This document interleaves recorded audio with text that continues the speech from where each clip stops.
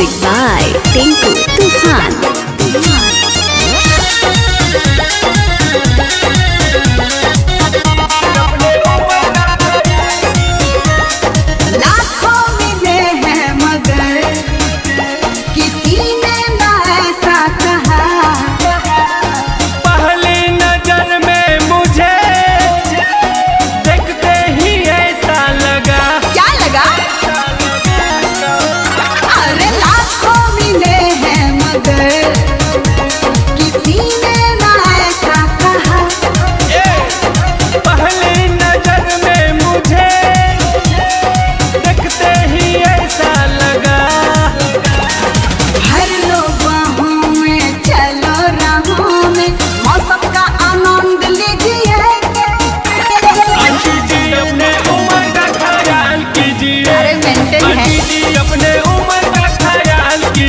अच्छा आंटी जी अपने उम्र का ख्याल कीजिए।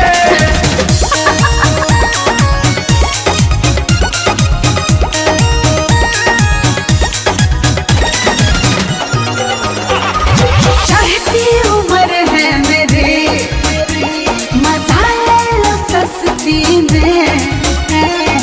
ऐसे ना आया करो तुम मेरी बस्ती में। मेरी मर्जी।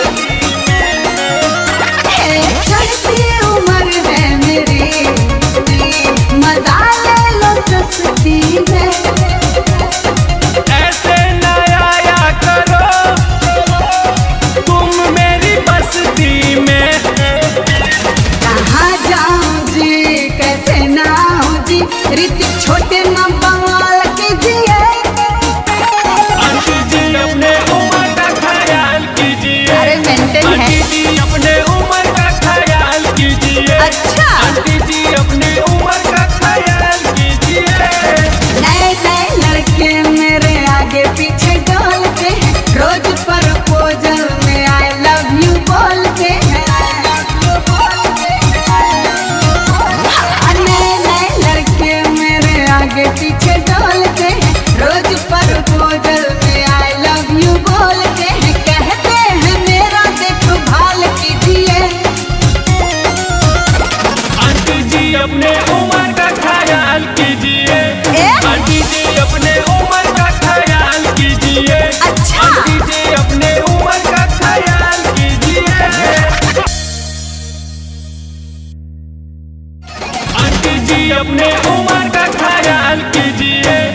आंटी जी अपने उम्र